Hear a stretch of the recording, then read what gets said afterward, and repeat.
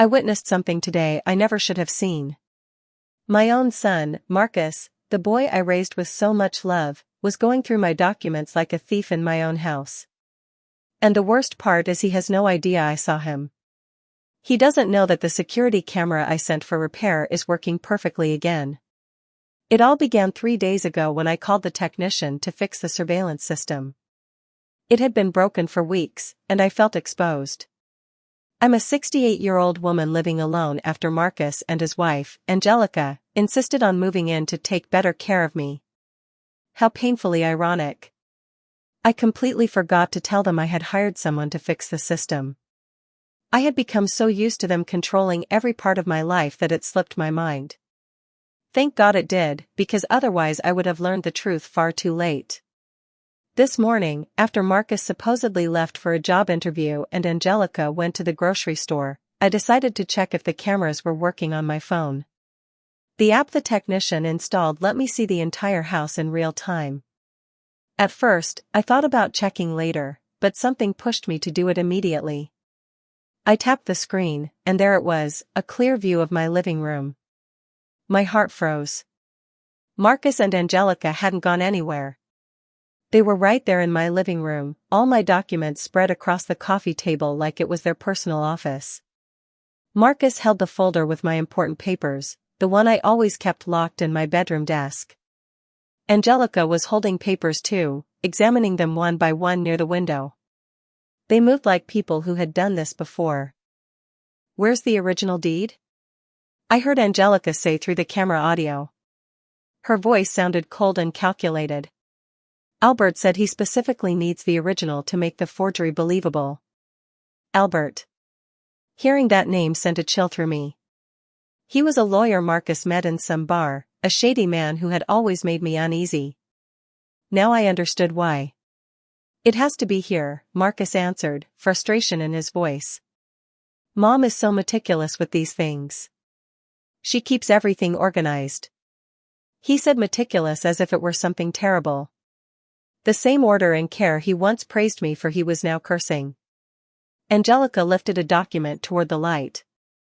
"Look, Marcus.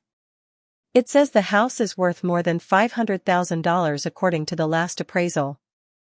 Albert was right. This is worth the effort. My house. The home I bought with 30 years of hard work as a nurse. The place where I raised Marcus after his father abandoned us when he was only 5. The house I always planned to leave him as an inheritance, not something to be stolen while I was still alive. Once we have the deed in our name, Angelica said, we can sell it and move her into something smaller. A 1-bedroom will be enough for her last years. Her last years. They talked about me as if I were already gone, as if I were just an obstacle standing in their way. Marcus walked toward my bedroom, and I watched him through another camera as he opened drawer after drawer, searching frantically. "She has to have a safe deposit box or something," he muttered. "She was always paranoid about important papers." Paranoid, another word twisted into an insult. He returned to the living room empty-handed, frustration written all over his face. Angelica waited with her arms crossed, clearly irritated. "Albert gave us until Friday to get the original deed," she reminded him. "Without it, he can't do the job. And without the job, we're stuck living off the crumbs your mother gives us." Crumbs. She called the $700 a month I gave them crumbs. Money I took from my small pension just to keep peace in the house. Money that apparently wasn't enough for their greed. "We'll push her more," Marcus said, sinking into my favorite armchair. "We'll tell her their medical insurance forms, something urgent she needs to sign. She's been so confused lately she won't even read them." Confused. It was true that sometimes it took me longer to remember names or dates, which is completely normal at my age. But they had been feeding that idea, making me question my own clarity every time I challenged them. "What if she gets suspicious?" Angelica asked.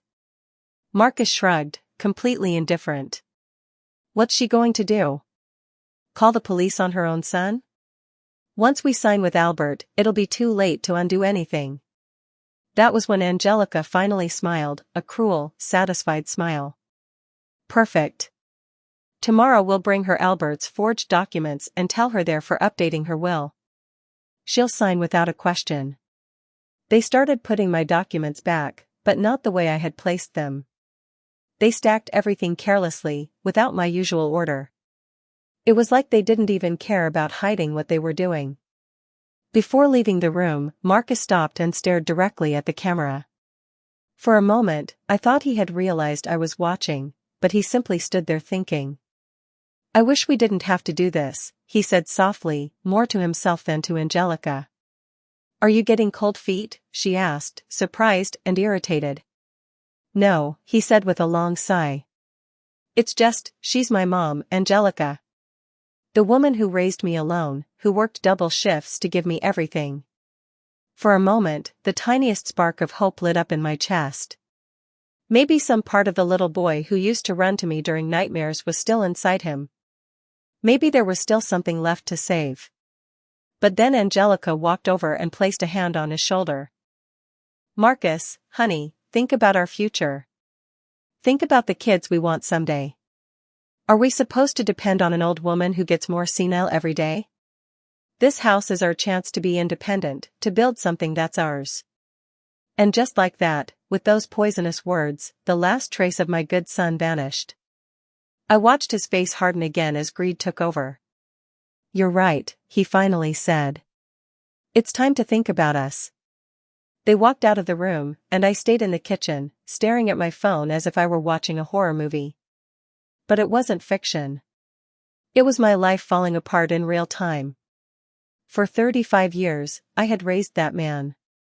I fed him, clothed him. I taught him, comforted him when he failed, celebrated him when he succeeded. I worked myself to exhaustion to send him to college. I gave up rebuilding my own romantic life just to put him first. And now the person I had dedicated my life to had become my greatest betrayal. But Marcus and Angelica didn't know one thing, something that would turn them from hunters into prey without them realizing it. I had every one of their conversations recorded. I had evidence of their entire conspiracy. And for the first time in months, I held the power to control my own fate. The war had only begun. And they didn't even know they had already lost. For the next 3 days, I lived a double life I never imagined possible. On one side, I was the same old woman, the loving mother who made breakfast, asked about their plans, and smiled when Marcus kissed my forehead before leaving. On the other side, I was a detective in my own house, documenting every step, every whisper, every detail of the worst betrayal of my life. Technology had become my secret partner. The app the technician installed let me watch the cameras all day long. I could see the living room, the kitchen, the hallway, and even part of the room Marcus and Angelica claimed as their private space. On Tuesday morning, I watched them plan their next steps. Angelica was on my couch with her laptop open, papers scattered everywhere. Marcus paced back and forth, clearly on edge. "Albert says he has the documents ready," Angelica said, reading from her screen. "But he needs the original deed for the final signature comparison." "What if Mom notices it's missing?" Marcus asked, nervously biting his nails, a habit he'd had since childhood. Angelica looked up with that cold smile I was beginning to recognize too well. "Marcus, your mother is 68. She hasn't checked those documents in months. We can borrow it for a few hours and put it back before she even realizes." Borrow it. They spoke about stealing the deed to my home as if it were a library book. But what if? Marcus stopped mid-sentence and looked toward the kitchen, where I was supposedly cooking. "What if what?" Angelica pressed. "What if she gets suspicious? I feel like she's been more alert lately, like she's watching us." My heart pounded. Had I been too obvious?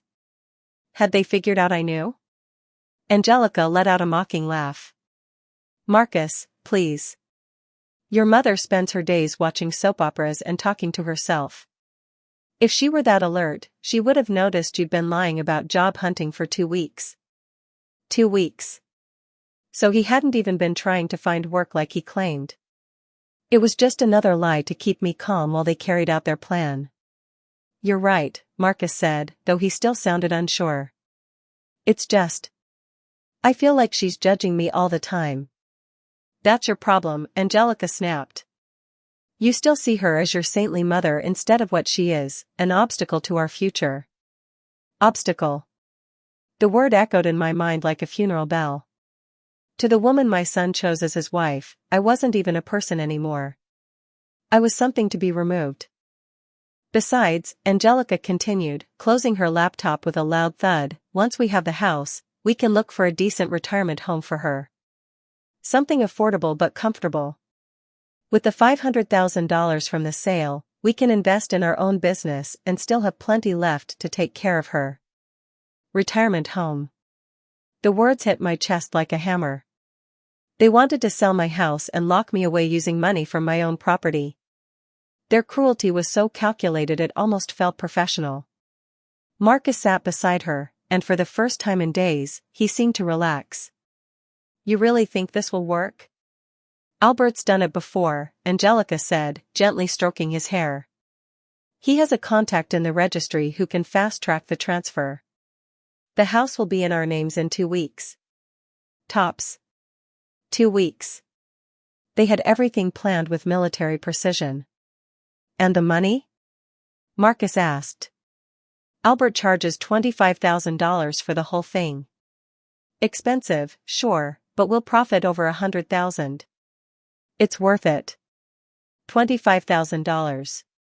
That was the price they put on my trust, my home, my dignity as a mother. For the rest of the day, I acted almost superhumanly normal. I cooked their favorite food. I asked about their plans. I even offered them extra money for a movie night. Every smile I forced felt like a knife twisting inside me. But I needed time to understand everything fully and to build my next move. That night, after they went to sleep, I sat in the kitchen with tea and my phone. I watched every recording from the day, memorizing each detail. I had entire conversations of them describing their criminal plan. I had dates, names, amounts. I had enough evidence to destroy them. But something held me back from calling the police immediately. Maybe it was the last tiny hope that Marcus might change. Maybe I needed to see just how far they would go. Or maybe, deep down, I needed a direct confrontation before doing something I could never undo. Wednesday arrived with a soft rain tapping against the windows like heaven itself was crying.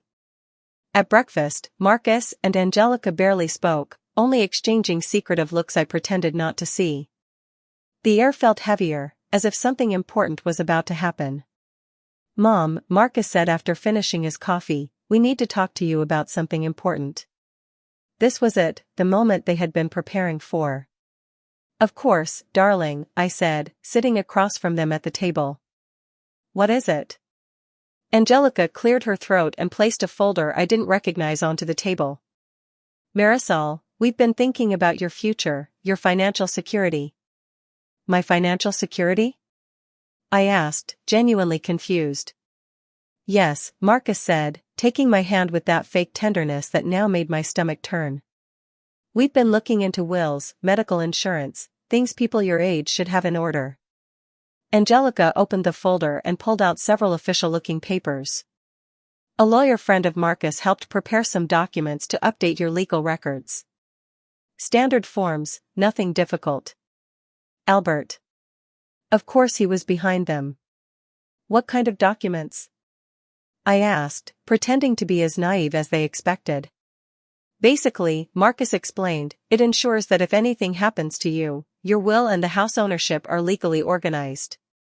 It also gives us authorization to handle your medical and financial matters if you can't. Authorization to handle my affairs, they wanted full power of attorney. Control over my life.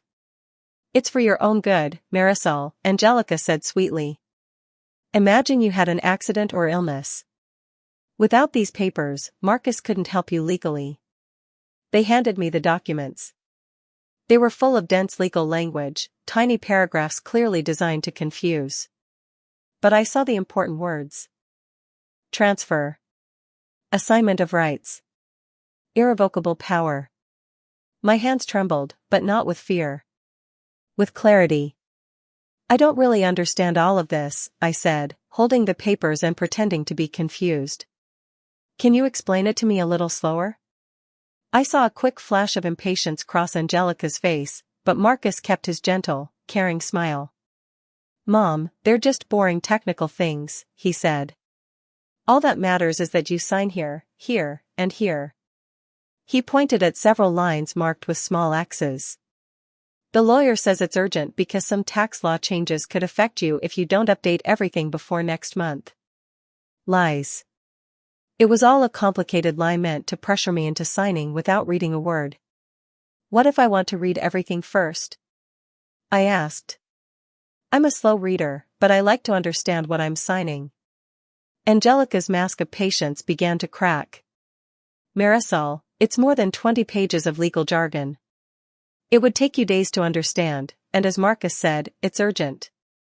Besides," Marcus added, "we trust the lawyer did everything correctly. He's a very respected professional." Respected? I thought. Albert, the same man who had done this kind of fraud before. "Well," I said at last, placing the papers on the table, "let me think about it until tomorrow. This is an important decision, and I want to be sure." The silence that followed was so thick it felt suffocating. Marcus and Angelica exchanged a quick, worried look they tried to hide. "Mom," Marcus said, his tone suddenly firmer, "we really need you to sign today. The lawyer gave us an appointment early tomorrow, and if we don't bring the signed documents, we'll lose the opportunity." "What opportunity?" I asked. Angelica leaned forward, her patience gone. "The opportunity to protect you legally, Marisol. Don't you trust us? Don't you trust your own son?" There it was, the emotional manipulation they'd been saving for last, turning my caution into a question of loyalty. "Of course I trust you," I lied, picking up the pen Marcus had placed by the documents. "I just wanted to be sure." I watched their bodies relax at once. Their faces lit up with relief and a hint of victory. They truly believed they had won. I held the pen over the first signature line, and stopped. "You know what? I'm going to call my doctor first, just to ask if this affects my medical insurance." "Mom," Marcus snapped, finally losing control. "You don't need to call anyone. Just sign the damn papers." His shout echoed through the house like a gunshot. In that moment, I knew I had pushed too far. I couldn't keep pretending. The war had officially begun. "Marcus," I whispered, letting the pen fall onto the table. "Why are you yelling at me?" He realized instantly what he had done. I watched him try to rebuild his fake calm, but it was too late, the monster underneath had already shown itself. "I'm sorry, Mom," he said, dragging his hands through his hair. "I've just been stressed. The finances, the job search, everything is overwhelming." Angelica put a hand on his arm, something meant to look comforting, but I knew it was a silent command to get control of himself. "What Marcus means," she said smoothly, "is that these legal processes stress everyone.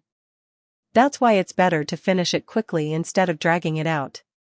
Dragging it out, like my caution was some childish, senile delay, not a survival instinct after discovering my own child's betrayal. "I understand you're stressed," I said, standing up. "But I'm not signing anything until I know exactly what it means. I'm old, not stupid." The words came out stronger than anything I had said in months. Both of them froze, clearly stunned by my sudden firmness. "Nobody said you were stupid," Marcus muttered, but there was a dangerous edge in his voice. "Then don't treat me like one," I replied. "These papers stay here until I decide what to do." I took the documents and placed them in the first kitchen drawer I could find. It was symbolic, but necessary. I needed them to see that I still had control over my own life. Marcus and Angelica stayed at the table, whispering too quietly for me to hear. I went to my room pretending I needed a nap, but what I really wanted was to review the recordings I had just captured. In the privacy of my locked room, I opened the app on my phone. There they were, still sitting at the dining table, talking in tense, urgent whispers. "This isn't going according to plan," Angelica said angrily. She was supposed to sign without asking questions. She's been more suspicious lately, Marcus replied. Like she suspects something. Did you tell anyone? Of course not. I'm not stupid. Angelica tapped her fingers on the table, deep in thought. We need a new strategy. If she won't sign the easy way, then we'll pressure her another way. What do you mean? Your mother depends on us financially, doesn't she? Private medical services, big grocery trips, extra expenses. Yeah, but her pension covers the basics. Exactly, the basics. Angelica smiled, cold and cruel. What happens if those extra expenses disappear? If she has to live only on her pension? If she loses her private medical insurance? If she has no car and has to use public transport? If she has to carry heavy groceries herself? The wickedness of their plan unfolded right before my eyes. They wanted to manufacture a crisis in my life to force me into dependence. It's brilliant, Marcus said. The pride in his voice made my stomach turn. If we pressure her financially, she'll have no choice but to sign. Exactly. And if she resists, we just tell her we can't keep helping because we don't have stable jobs, that we need legal security for our future to justify our emotional and financial investment. Investment. They talked about taking care of a mother like it was a business deal. How long do you think she'll hold out? Marcus asked. A 68-year-old woman used to a certain comfort level? Angelica shrugged. 2 weeks, max. 2 weeks, the same deadline they'd mentioned for the fraudulent property transfer. They eventually got up and went to their room. I heard them continuing to discuss the details of their new pressure plan. They were going to cancel my supplemental insurance immediately. They were going to deny me use of the car. They were going to stop helping with groceries. It was a calculated plan of economic abuse meant to break me piece by piece.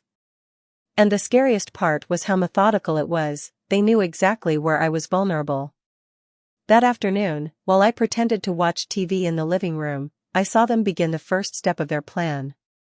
Marcus picked up his phone and called the insurance company. Yes, I want to cancel Marisol Jones's supplemental policy, he said. Effective immediately. Yes, correct, I'm her son, and I have legal authority for these transactions. It was a lie. He had no legal authority over my affairs, but the company apparently didn't bother checking. Angelica, meanwhile, went through every expense they had been covering in recent months.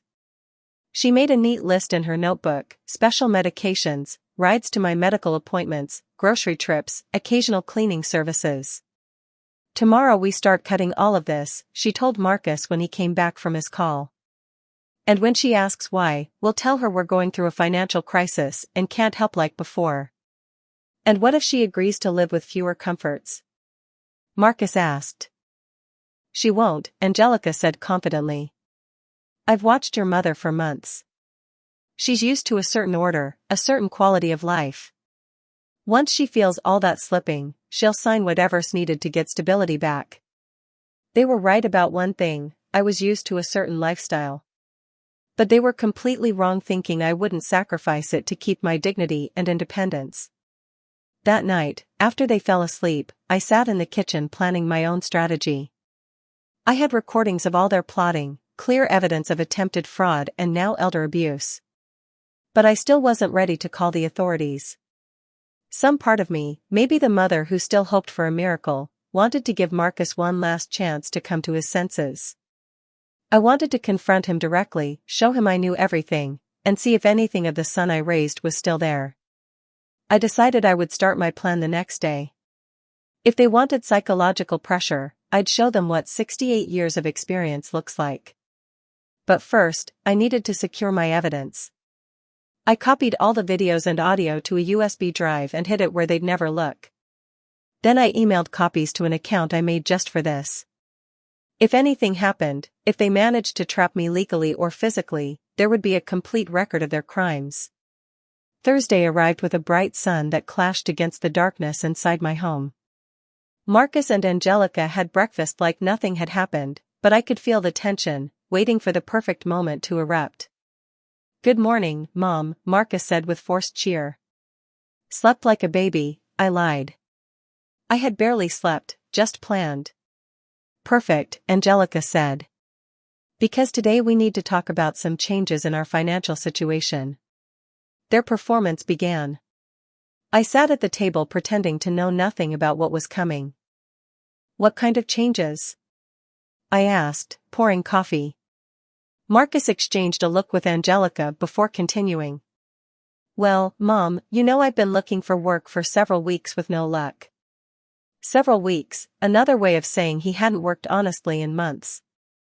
And unfortunately, Angelica added, our savings are running out faster than we expected. Their savings. They had none. They lived entirely off my generosity and all of us knew it. That means, Marcus said gravely, we'll have to make some temporary adjustments to household expenses. What kind of adjustments? I asked, though I knew exactly. Well, things like your supplemental medical insurance, using the car for non-urgent appointments, and some of the extra expenses we've been covering. He paused dramatically. Temporarily, of course, until we find a long-term solution. A long-term solution, stealing my house. I see, I said calmly, sipping my coffee. And what would that permanent solution be? Angelica leaned forward, eyes shining. Well, Marisol, if we signed those legal documents from yesterday, we'd have the legal security we need for long-term investments in our family situation. Long-term investments, selling my house and putting me in a retirement home. I see, I said again. So those documents weren't just for my protection. They froze. I had made it clear I saw the connection between their sudden financial crisis and the documents they wanted me to sign.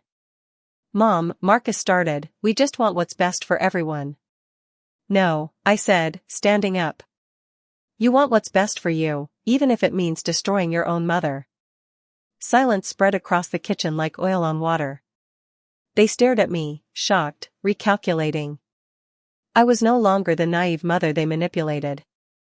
I was someone who knew exactly what they were doing. Mom, Marcus finally said, fake concern dripping from his voice, I think you're misunderstanding. Oh? Then explain why your financial crisis shows up exactly when you need me to sign papers you won't let me read. Angelica stepped in with her practiced condescending smile. Marisol, I understand all this legal information may feel confusing. I'm not confused, I cut in sharply. I'm betrayed. The word crashed onto the table. Marcus actually flinched, as if realizing for the first time how far he'd gone. Betrayed, I repeated. By the son I raised alone. The son I fed with my own work. The son I educated by sacrificing my comfort, who now wants to steal my house while I sleep. I don't want to steal anything, Marcus shouted, pounding the table. I'm thinking about our future. Our future? I laughed coldly. Marcus, your plan is to put me in a retirement home using the money from my house. Where in that plan am I family and not an obstacle? They exchanged a panicked look. I had just shown them I knew everything. I don't know where you're getting these ideas, Angelica muttered, but she had lost her confidence. Ideas? I placed my phone on the table. Do you want me to remind you of your exact words about finding something affordable but comfortable for my last years? The color drained from their faces. Marcus stared at the phone like it could bite. You weren't recording us, he whispered. No, I said calmly. You recorded yourselves. You forgot the security camera I sent for repairs works perfectly. And you confessed everything in my living room. Angelica shot up, knocking over her chair. How long have you been spying on us? She demanded. Since Tuesday, I answered without hesitation. 3 full days of recordings, your entire conspiracy to forge my signature, steal my house, and get rid of me. I have everything, Albert, the $25,000, your plans to sell the property. Marcus stood too, but he looked more like a trapped animal than a danger. Mom, please, let me explain. Explain what? My voice finally rose. That your wife sees me as an obstacle? That you've been lying about job hunting while planning to rob me? That you think my life is worth the $500,000 from my house? It's not like that, he cried, tears in his eyes, not from guilt, but fear. Then tell me, Marcus, I said, stepping close until we were face to face. When Angelica said it was time to stop seeing me as your saintly mother and start seeing me as an obstacle, what did you say? Silence. You said, you're right. It's time to think about us. Those were your exact words. After 35 years of sacrifice, you decided it was time to sacrifice me. Marcus collapsed into his chair, hiding his face. For a moment, I thought he finally felt remorse. But Angelica wasn't done. Fine, she said, steadying herself. Let's say you have those recordings. What exactly do you plan to do with them?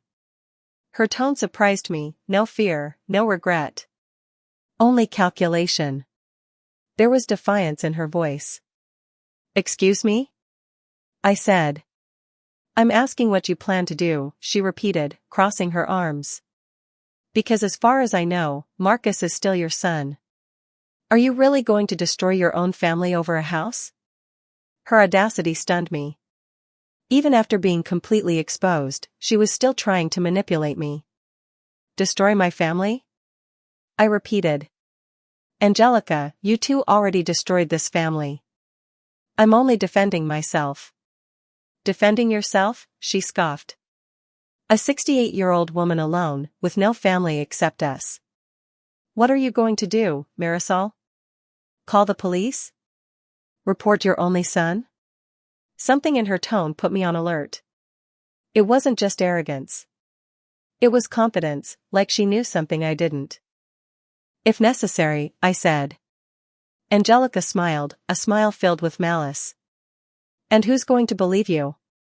An old woman living alone, who admits she's been spying on her family, who clearly has issues with trust and paranoia. I have proof. You have illegally obtained recordings, she cut in. Recordings made without our consent, in a property where we have a legal right to live. Any mediocre lawyer would get them thrown out in 5 minutes. My heart sped up. Could that be true? Had my recordings lost their legal value because of how I got them? And besides, Angelica continued, circling the table like a predator, who's going to believe a woman who's clearly developing paranoid behavior? Spying on her own family, imagining conspiracies, isolating herself? I'm not isolating myself, I said, but my voice trembled. She stopped right in front of me. When was the last time you spoke to a friend? When was the last time you left this house for something not strictly necessary? Marcus has told me how you've been acting lately. The mood swings. The distrust. The forgetfulness. Marcus looked up, and for the first time he spoke with something like confidence. It's true, Mom. I've been worried. That's why we wanted you to sign those documents, to be able to help you if your mental health keeps deteriorating. Deteriorating mental health. They were creating a whole new story, one where I was the problem. A paranoid old woman who misunderstood loving gestures as threats. You both know there's nothing wrong with my mind, I said, though doubt crept into my voice. Oh really? Angelica sat down again, now fully in control. A woman who installs secret cameras to spy on her family, who creates theories about theft and conspiracies, who refuses to sign simple legal documents out of paranoia. They're not theories. I shouted. I heard you planning everything. You heard us having normal conversations about your future and your safety, Marcus corrected. Conversations your paranoid mind twisted into threats. It was brilliant, evil, but brilliant. They were turning their betrayal into evidence of my supposed instability. Albert, I said desperately. You talked about Albert and the $25,000 to forge documents. Albert is a real lawyer helping us with real legal paperwork, Angelica said smoothly. The $25,000 are his fees for complicated documentation. All completely legal. And the retirement home? Selling the house? Marcus sighed like he was talking to a stubborn child. Mom, we talked about possible options in case you ever need specialized care. Responsible families do that. It felt like the ground opened beneath me. Every piece of evidence, every conversation I had recorded, they were twisting all of it into signs of mental illness. But you called me an obstacle, I whispered. We meant your resistance to planning your future was an obstacle to helping you properly, Angelica said, with a tone people use on psychiatric patients. Mom, Marcus said softly, coming closer and placing his hands on my shoulders, we're worried. This behavior isn't normal. The paranoia. The accusations. Spying on us. Maybe you need to talk to someone. A professional. A psychiatrist. They wanted to label me as unstable so I couldn't fight back. But then I remembered something they couldn't twist. If everything is so innocent, I said, steadying myself, you won't mind letting an independent lawyer, not Albert, look at those documents. Silence. Angelica and Marcus exchanged a look, and in that instant, I saw the panic they had been hiding. Of course, Angelica said finally, though her voice had lost all confidence. Anytime you want. But we all knew she was lying. The war had changed. It was no longer about documents or property. It was about my sanity, my credibility, my right to be believed. And that was a war I would not lose. The next few days were the strangest of my life. Marcus and Angelica had completely shifted their strategy, not toward honesty, but toward something darker. They treated me as if I were mentally unstable and needed medical care. It began that same afternoon. I heard Marcus making a phone call that chilled my blood. Dr. Rodriguez, it's Marcus Jones, Marisol's son, he said from their room, loud enough for me to hear. I'm really worried about my mother's mental state. She's developed severe paranoia. Dr. Rodriguez had been my doctor for 15 years. I trusted her completely. Yes, doctor. Severe paranoia, Marcus continued. She thinks we're conspiring against her. That we want to steal her house. She even installed secret cameras to spy on us. We're very worried. My blood froze. He was creating a fake medical record, using their own crimes as proof of my illness. When did it start? The doctor asked. Marcus paused, pretending to think. Gradually over the last few months, but it got much worse this week. Yesterday she accused us of wanting to put her in a retirement home. Another pause. Yes, doctor, we're scared. We don't know how far her paranoia could go. Scared. They were turning their criminal plan into a threat against them. I ran to my room, locked the door, and opened the camera app. I needed to record this too. But when I tried accessing the audio from their room, I discovered something terrifying. That camera had no working sound.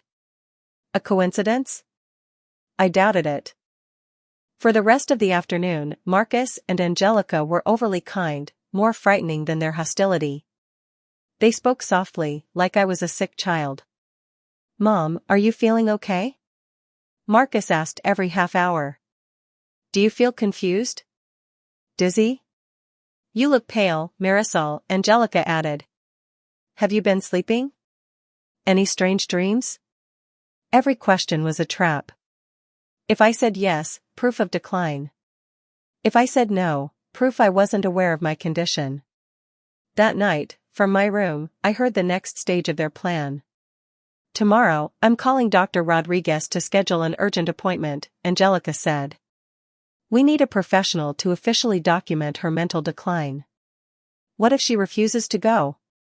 Marcus asked. She can't refuse. We'll tell her it's just a routine blood pressure check. Once she's in the office, we'll talk to the doctor privately. You think she'll believe us? We're her family. We've seen her behavior every day. And paranoia in older adults is very common. The doctor had seen cases like this before. They were right about one thing, paranoia in older adults existed, and doctors dealt with it often. But what they couldn't fake were decades of medical records proving my mental stability. Or so I hoped. The next morning, Friday, Marcus announced at breakfast that he'd scheduled a doctor's appointment for me. "It's just a routine checkup, Mom," he said with that new condescending tone. "Just to check your blood pressure and make sure everything's okay." "I don't need a checkup," I replied. "I feel perfectly fine." "Of course you feel fine," Angelica said. "But at your age, regular checkups are important. Besides, you've been acting a little different lately, more nervous, more suspicious." "I'm not nervous or suspicious," I said firmly. "I'm alert because I discovered my own family betraying me." Marcus let out a dramatic sigh, as if handling a difficult patient. "Mom, please. No one is betraying you. Those are exactly the ideas we need the doctor to look into." Ideas. They had reduced my discovery of their whole scheme to ideas needing medical evaluation. "I'm not going to any doctor," I said. "Yes, you are," Marcus answered, and for the first time in days, his voice hardened. "It's for your own good." "And if I refuse?" I asked. Angelica smiled with fake sweetness. "Marisol, don't be difficult. It's just a routine visit." "And if I still refuse?" The silence said everything. I saw clearly in their faces that they already had a backup plan. "Well," Marcus finally said, "we'd have to consider other options for your safety and ours." Other options. An involuntary psychiatric hold. I knew exactly what he meant. "I understand," I said quietly. That afternoon, while they were supposedly out shopping, I called Dr. Rodriguez myself. "Doctor, it's Marisol Jones," I said when she picked up. "Marisol, what a coincidence. Your son was here yesterday, very worried about your mental state." My stomach dropped. Marcus had already planted his lies. "Doctor, I need to speak with you privately, not during the appointment Marcus scheduled." There was a pause. "Marisol, do you feel safe in your home? Is your son treating you well?" It was a loaded question. Dr. Rodriguez had experience with elder abuse, but Marcus had positioned himself as the caring son. "Doctor, my son and his wife are trying to steal my house using fraudulent documents. When I caught them, they decided to paint me as mentally unstable so no one would believe me." Another long pause. "Marisol, those are serious accusations. Do you have any proof?" "They destroyed everything. They removed the cameras, erased the recordings, and kept insisting I imagined it all." "And how do you know you didn't imagine it?" "Because an hour ago, I heard Marcus talking to Albert, the lawyer he wants to use for the forgery. He mentioned a $3,000 down payment and said Angelica could fake my signature if needed." Dr. Rodriguez took notes. "Can you repeat exactly what you heard?" I repeated the entire conversation word for word. Her expression grew more serious with each detail. "Marisol, these are accusations of fraud and elder abuse. If they're true, we must involve the authorities." "But do you believe me?" I asked. "I've known your medical history for 15 years. You've never shown signs of cognitive decline. Your last neurological exam was completely normal. But Marcus told you I was becoming paranoid." Marcus called concerned, "Yes. But after hearing your side, I think there's another explanation." "What explanation?" "That it wasn't paranoia at all. It was accurate intuition about a real threat. For the first time in days, I felt seen. I wasn't losing my mind. My instincts had been right." "What should we do?" I asked. "First, I'll run a full cognitive exam today to document that you're mentally sound. Second, I'll give you the number of a private detective who specializes in family abuse. Third, we'll contact a lawyer who handles elder protection. And Marcus cannot know any of this until legal protections are in place." For the next 2 hours, Dr. Rodriguez tested everything: memory, reasoning, orientation, executive functioning. I passed every test perfectly. "Marisol," she finally said, "you have one of the sharpest minds I've seen at your age. No signs of decline whatsoever. I'll document it officially." She already was. The report clearly stated that I was mentally competent and fully capable of handling legal and financial matters. When we returned home at noon, Marcus and Angelica greeted me with nervous smiles. "How did it go, Mom?" Marcus asked. "What did the doctor say?" "She said I'm perfectly fine," I answered evenly. "No cognitive issues, just some stress." Their faces showed relief mixed with something else, disappointment. "Stress?" Angelica asked. "From what?" "From living alone, worrying about the future. And from not having clarity about the documents you want me to sign," I improvised. Marcus and Angelica exchanged a quick, excited glance. "That's great news, Mom," Marcus said. "So, are you ready to sign those documents?" "I think so," I lied. "But the doctor suggested I take time to review them calmly." "Of course," Angelica said quickly. "Take all the time you need." "Perfect. Maybe tomorrow afternoon we can go through them together." "Absolutely," Marcus said with a forced warm smile. But now I had my own plan. That afternoon, while they thought I was napping, I spent hours on the phone, first with the private detective Dr. Rodriguez recommended, then with the elder protection lawyer. "Mrs. Jones," the detective said, "we need direct evidence. Are you willing to wear a hidden microphone to record their conversations?" "Is that legal?" "Completely legal in your own home when you suspect a crime." "Then yes." "Good. We'll install the equipment tomorrow morning. We'll also put hidden cameras in the living room and dining room." The lawyer was just as blunt. "With those recordings and Dr. Rodriguez's report, we'll have a strong case to stop the fraud and file criminal charges, conspiracy, attempted forgery, elder financial abuse. They could face years in prison." "Years in prison?" "For Marcus. My son." "Is there another option?" I asked. "A deal where they abandon their plan and I don't press charges?" "Yes, but only after we have solid evidence." "You need leverage." That night, while Marcus and Angelica whispered about their victory, I planned the trap. Tomorrow, during our little document review, every word they said would be recorded. I would finally have undeniable proof. The hunter had become the hunted. And they had no idea. Tuesday morning arrived with a crystal-clear light that seemed to promise the end of this nightmare.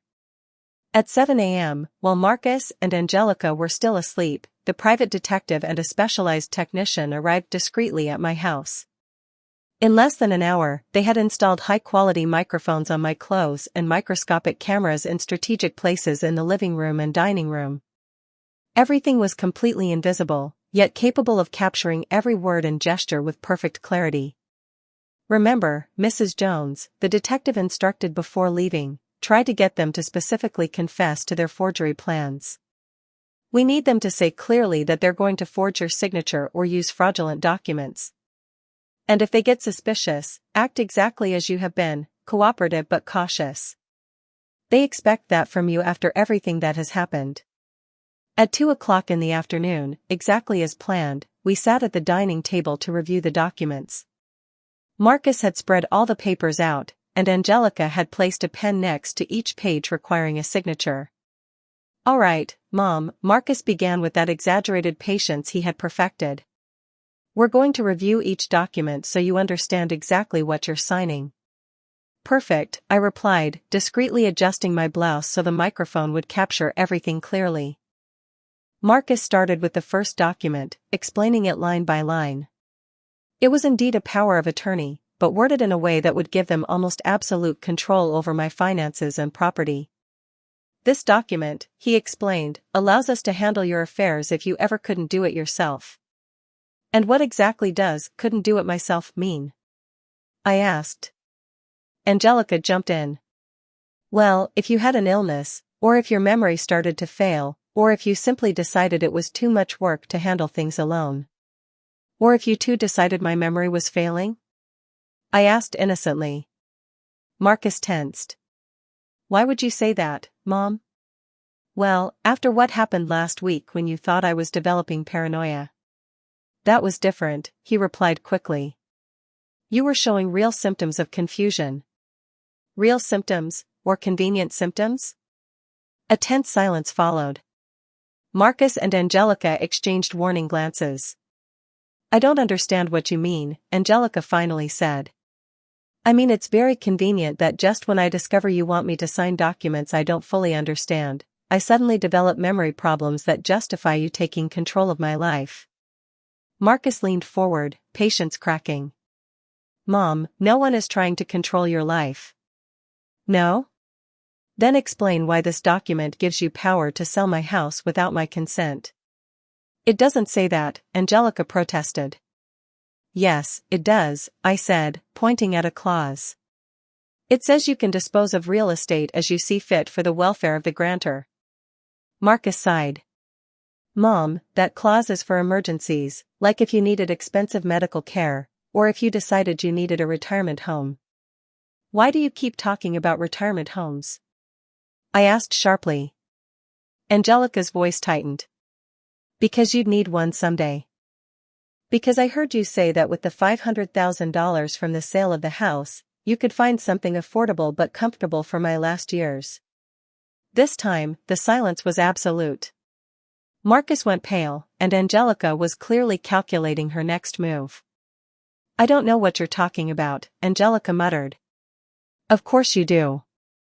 Just like you know that Albert isn't a legitimate lawyer, but someone who specializes in forging documents. Marcus suddenly stood up. Where did you hear that name? On your phone call yesterday morning, when you told him the old lady is more alert than expected and that Angelica could forge my signature if needed. The mask fell completely. Marcus stared at me with panic and fury, like the child he used to be when caught in a lie.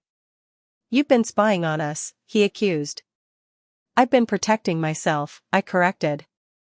From my own son, who decided robbing me was easier than working honestly. Angelica approached slowly, deliberately. Marisol, whatever you think you heard, you have no proof of anything. No proof? I stood up, calm. Are you sure? Completely, she said arrogantly. We made sure you had no proof. Like when we removed the security cameras overnight. Exactly, Marcus added, gaining confidence. Like when we erased your imaginary recordings and replaced your USB drive. And like when you fabricated fake alibis for Tuesday morning? That too, Angelica admitted with a cruel smile. Marcus never had job interviews. He was here with me planning how to handle a melodramatic old lady. And the WhatsApp messages from the companies? Fake. Marcus laughed. It's incredibly easy to fake WhatsApp conversations when you know how. So you admit it was all a setup to make me think I was crazy? We admit you're a stupid old woman who almost ruined a perfect plan, Angelica snapped. But it doesn't matter. You're going to sign these documents anyway. And if I refuse? Marcus smiled with pure malice. Then we use Plan B, a fake medical certificate declaring you mentally unfit. We have contacts who can arrange that. And then? Angelica leaned in inches from my face. Then we put you in the cheapest place we can find and sell this house to finance our future. Our future without you, Marcus added coldly. Because frankly, Mom, you've already served your purpose. There it was, the complete, irrefutable confession. I see, I said. And you feel no remorse for betraying the woman who raised you? Remorse? Marcus laughed. For a woman who kept us living like parasites on crumbs? This house is worth a fortune, and we've been living like beggars waiting for your $700 a month. When we could be living like millionaires, Angelica added. Millionaires? With my money? With the money that's rightfully ours, Marcus corrected. I'm your only son. This house should be mine by right, after 35 years of your emotional manipulation and control. I see, I said, walking to the window. So all of this is my fault? Completely, Angelica said. If you'd been less selfish and given us access voluntarily, none of this would have been necessary. I looked out at the yard where I had taught Marcus to ride a bike, and finally turned back. Well, I said, now I understand who you really are. Marcus held out the pen. Sign the documents and make it easier for everyone. I took the pen, hovering over the page. You know what, Marcus? I said with a smile he couldn't read. You're right about one thing. What? That I'm a stupid old woman. Then I dropped the pen. But I'm not stupid enough to sign my own death sentence. Their confusion lasted exactly 3 seconds, until the front door opened and the private detective walked in with 2 uniformed officers and my elder protection lawyer. Good afternoon, the detective said calmly. I'm Detective Johnson. Marcus Jones and Angelica Williams, you are under arrest for conspiracy to commit fraud, attempted document forgery, and elder financial abuse. Marcus froze. Angelica stepped back as if she could escape. This is impossible, Marcus whispered. You have no proof. I pulled out the tiny microphone hidden under my blouse and set it next to the fraudulent documents.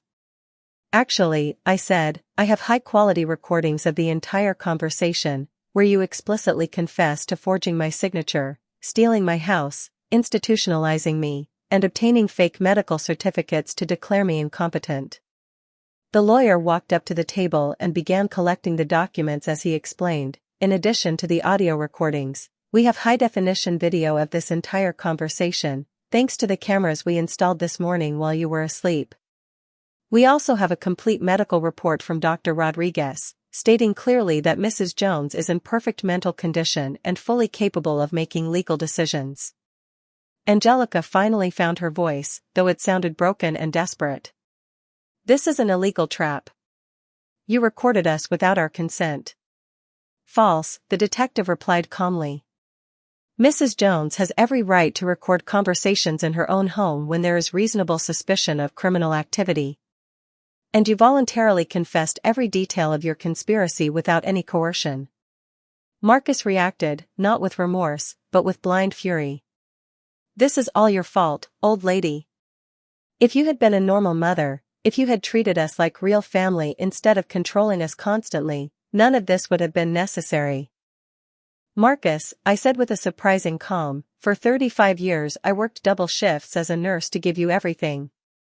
I gave up rebuilding my romantic life to focus on your education and well-being. I paid for your college. I supported you every time you lost a job. I opened my home to you when you had nowhere to live. One of the officers began reading Marcus's rights as he handcuffed him, but I kept speaking. These words had been growing in my chest for weeks.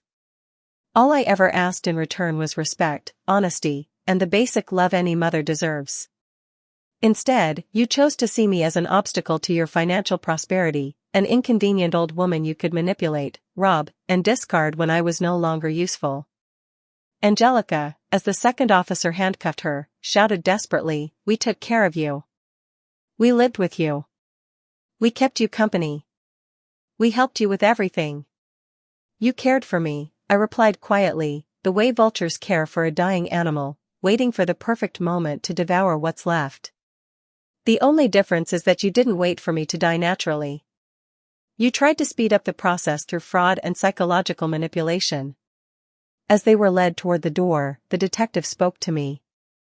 Mrs. Jones, with the evidence we've collected, the prosecutor is prepared to file charges for criminal conspiracy, attempted fraud, document forgery, elder financial abuse, and psychological manipulation with intent to incapacitate a victim. These charges could bring 5 to 15 years in prison for each of them. And if I wanted to offer them some kind of deal? I asked, feeling that last tiny piece of maternal love that refused to die. My lawyer answered, we could consider a deal where they renounce any future claim on your property or inheritance, stay at least 500 feet away from you permanently, and complete rehabilitation programs for family abuse. In exchange, you could choose not to pursue the maximum criminal sentence. Marcus, standing at the front door with his hands cuffed behind him, looked at me with a mix of hatred and desperate pleading. Mom, please think about it. I'm your only son. Are you really going to destroy your own family for a house? The question that had haunted me for days finally had a clear answer. Marcus, I said, you destroyed this family the moment you decided my life was worth only the money you could get from my house. I'm simply protecting what's left of my dignity and my right to live in peace for the years I have left. When they were taken away, I found myself alone in my house for the first time in months. The silence was deep, but not frightening. It was the silence of peace regained, danger eliminated, and betrayal finally punished. I sat in my favorite armchair, the same one where I had comforted Marcus as a child, read him stories, watched movies with him during his teenage years. Now it was simply my armchair again, in my house, in a life that finally belonged entirely to me. 3 months later, Marcus and Angelica accepted the deal. They gave up all rights to my property, agreed to stay away from me permanently, and completed their rehabilitation programs. In return, they served only 18 months in prison instead of the 10 years they could have faced. Some people asked if I regretted being so hard on my only son. My answer was always the same: I never regretted raising him when he was a helpless child who needed love. I only regretted not realizing sooner that maternal kindness should never come at the cost of self-destruction. I now live peacefully in my home, surrounded by neighbors who have become my chosen family. I have learned that true family is not defined by blood or legal documents, but by respect, honesty, and genuine love. And when I look back on everything I endured, I realize the woman who emerged from that experience is stronger, wiser, and infinitely freer. Sometimes, to save yourself, you must be willing to let go of the people you once believed you loved the most. Did you enjoy my story? And which city are you listening from? Let's meet in the comments. If you liked the story, you can support me by sending a super thanks so I can keep bringing more stories like this. Thank you so much for your sweet support. I look forward to reading your comments. On the screen, you'll find 2 new life stories I highly recommend. There's so much more on my channel. Don't forget to subscribe. See you in the next life story, with love and respect.